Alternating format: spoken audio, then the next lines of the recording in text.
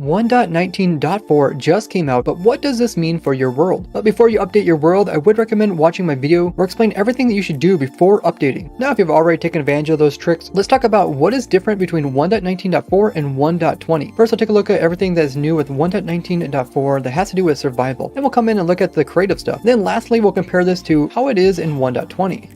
For Survival 1.19.4, it brings the introduction of automated jukeboxes, which is something Bedrock Edition players had, but not Java players. So if we go ahead and place this music disc in this hopper, the hopper is pointing into the jukebox and it will actually push it directly into it, and it will automatically play. Another feature is that the jukebox itself will put off power whenever it's playing music. We can also use this automation to pull the disc out, but currently, since it's playing the music, the jukebox is creating power here, which is locking this hopper, so it's not able to pull the disc out. So let's wait until the music ends and see what happens. So when the music disc finishes, you'll notice that it'll actually turn off this redstone signal, and the jukebox will unpower, and the disc will be immediately picked up by the hopper. With this, I was able to design some pretty cool automatic music disc players, which can also be used as clocks. On top of that, we can also automatically sort every single music disc into its own individual chest. So I designed this system here, which easily does that, comes through, picks up all the discs, and puts them in one by one into these chests with their individual ones. And this can be combined with my creeper farm as well as my music disc farm to get the majority of the disc in the game.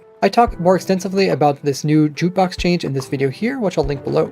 Java players can now easily switch out armor from their hotbar just by selecting the armor piece and then right clicking it, and this will switch out with the one that you're currently wearing, rather than having to come in here and use like the number keys to switch out quickly. This will make it really nice to prepare for combat. The same ability can also be done to armor stands, so you can directly switch out stuff, so you don't need to have a free hand open. Now if you happen to name armor stands, before when you place them down, they wouldn't keep their name when they're broken. But now if you would break armor stand, they will keep its same name. Possibly the biggest changes you'll know in survival is a change to potions. They no longer have the enchantment glint, and the colors have also changed. Weakness, night vision, fire resistance, swiftness, slowness, turtle master, water breathing, healing, harming, leaping, slow falling, visibility, strength, regen, poison, and luck, which isn't normal in survival. Now when breeding horses, the babies will have a better chance at having stats that are no longer near the average. So by breeding, you can get better jumpers, more health, or make them run faster. Skulk sensors have also got a buff where they can detect more things, including when villagers use composters. New block placements can also be detected, containers closing, and interactions like sheep dying and attaching leads. Two new categories are also introduced, including things mounting vehicles as well as dismounting. When Skulk sensors notice that an item is finished, like dropping a shield, it'll now put out a frequency of 2 rather than 14, and can also detect the destruction of shulker bullets. Blast protection will now prevent you from getting launched away so much. Tamed sitting cats will no longer sink to the bottom of the water and die. Hopper minecarts can now go ahead and find the correct items that they want to pick up among a bunch of other items more consistently. A simple wither rose farm will work once again as they fix this problem where Enderman could never get hit from the wither's projectiles, which stops this design working in 1.19.3. There's also some new settings, including control over how glittery enchanted armor is, how fast the glitter goes by, and how visually strong it is. And in accessibilities, there's also a damage tilt, so how much your camera shakes when you get hit by damage. Also in accessibilities, you can tweak how long you want notifications to stay on screen. This is things like unlocking recipes, advancements, subtitles, as well as when selecting items in your hotbar. They also reorganized the credits, which includes your attributions and licenses. There's also this new high contrast UI, which when loaded up will change your UI so it's very easy to see. When it comes to creative changes for 1.19.4, there is a new command, which is game rules, then command modification block limit. Normally when using the fill command, you only can go up to like 32,000 block big of an area. But with this command, you can change that number to just under 1 billion. This works with the fill command. We can fill in a really big area, or it can clone a really big area, like cloning that chunk up into the air, or using the fill biome command in a large area. This will actually change the coloring of both the leaves and grass. There's also this new game rule where you can change if you want vines to spread or not. So you can set this to false. And that way if you build anything with vines, they won't continue to move farther than where they're at. Next up is a new summoning command where you can summon text displays, and when you summon in, they look like this, which is floating text, and there's a lot of different customizations that you can do with this, like coloring, the width, how thick it is, the background, the default background, shadow if you can see through it, as well as the alignment. Now when using this command, remember that the outside are apostrophes, where the inside ones are quotes. You can also summon in block displays, and using this command here, you can place in whatever type of block you want in the quotes, and then when you press enter, it's going to summon a block, but it's an entity, so you can actually walk right through it. But those only work for blocks. If you want items, there's a separate one called item display. And if you write it out like this, you can choose whatever item you want to be displayed as an entity that's floating in the air. As you can imagine with these new type of entities, there's a lot you can do with them. Another thing you can summon in is interactions. These are boxes which you can change out how wide and high, and they will keep track of things that interact with them. So like attacks or interactions being like right-click uses on them. And it'll store the information being the person who interacted with it, as well as a timestamp. Then you can use this with combination with other commands. So if somebody does something to this, then something else will happen. We also have a ride command. So you can essentially make anything ride anything else. So I can make myself ride this Ender Dragon here, which is pretty awesome. And it works just like you'd be riding a horse. So you can actually see the dragon's health. In the creative menu, and you scroll down here, you can actually get access to every single painting. So you can place in the same painting every time you place it.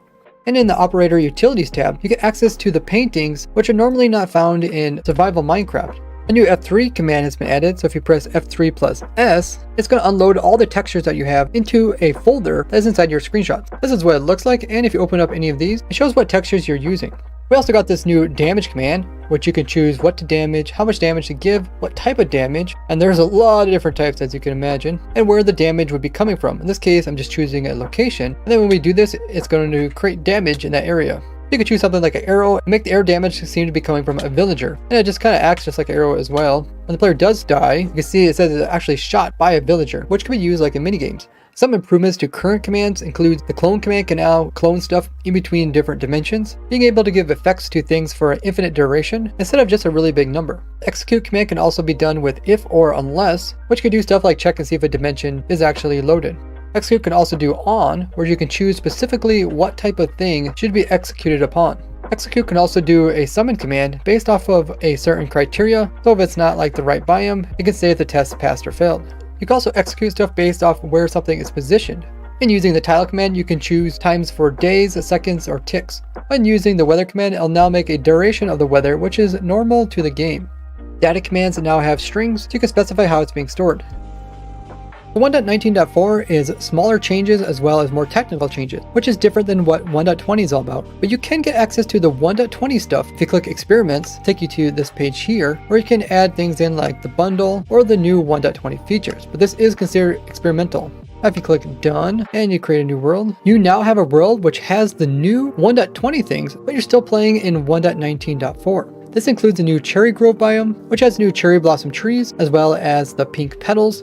And I already designed some new automatic farms that lets you get tons of pink petals. For this farm here, you have to wait until you actually have the biome to build it up. But with this farm here, you can just build it up now, and then put the pink petals in once 1.20 is out. And with the new cherry trees, I also designed an automatic cherry tree farm, which I'll have a tutorial video on soon, but that can get you access to all the different logs, which can be crafted down to planks, which can be crafted into all the cool new pink wood types. These trees also have these really unique cherry leaves, which I also designed a separate farm to collect tons of while being AFK. It also comes with being able to place mob heads directly onto note blocks, and you're able to power the note blocks, get the noise from the mob which heads on top. It doesn't work with the Steve head, but it does work with all the rest of them. And in this update, they also introduced the Piglin head, and you can get this new mob head from Charge Creeper. So I went ahead and designed an automatic mob head farm, which not only gets a new Piglin head, but also can get the zombie creeper and skeleton head automatically. So make sure you guys are subscribed with the bell notification set to all so you don't miss out on this insane farm. And include other 1.20 features like finding camels here in desert villages, and the camels can be bred and you can also ride them. Chisel bookshelves are also introduced where books can be stored. There's also a new bamboo variant of wood, and you can already start building my farms to get tons of it before 1.20. And the introduction of all the different variations of hanging signs. With experimental features, you also get access to the new brush item, which can be crafted up, and these new desert temples as well as desert wells have suspicious sands in the bottom of them. So if we remove the sand in this area here, we can see there is some different types. This is a new type of block which can be used with the brush to get some new types of items, including pottery shards. There is 4 different types of them, and you can put them into a crafting recipe like this to get the new block called Decorative Pot. This has all the images on the sides of them, but you can always choose to switch out some of the pottery shards with just normal bricks to get access to decorative pots which have images only on the sides which are pottery shards, and the brick sides being blank. Besides being decorative, there's currently no other use for these pots.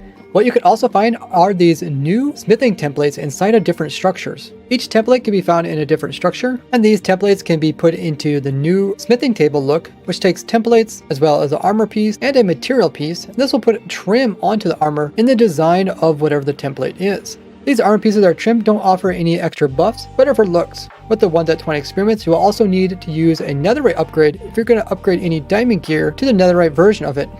There are thousands of unique looks that you can get with the combination of different templates, armor types, as well as materials, and I cover them all in this video here. You can also copy the templates by using the special recipe that each of them have. Now, a feature you cannot find in survival with the experiments turned on is the sniffer eggs, which are eventually supposed to be found inside of suspicious sand, but currently you can only find the spawn egg inside of the creative menu. This will give you access to the new sniffer mob. These sniffer mobs can sniff on the ground and actually dig up a new type of seed in the game, and this is called the torchflower seed. These torchflower seeds can then be planted onto farmland and grown up into a torch flower. These torch flowers can be broken down and are a unique plant that can be placed down. And I've already designed automatic sniffer farms which get you tons of the torchflower seeds, and another machine which automatically converts those seeds down into the torch flower plants. Check out this playlist about the newest automatic farms for Minecraft, or this one for more detail on the Minecraft updates. Big thanks to all my supporters which made this video possible. You can support me for as little as $2 a month. Otherwise, you can always share what I do for completely free. Thank you for watching. I'll see you guys in the next one. Bye bye!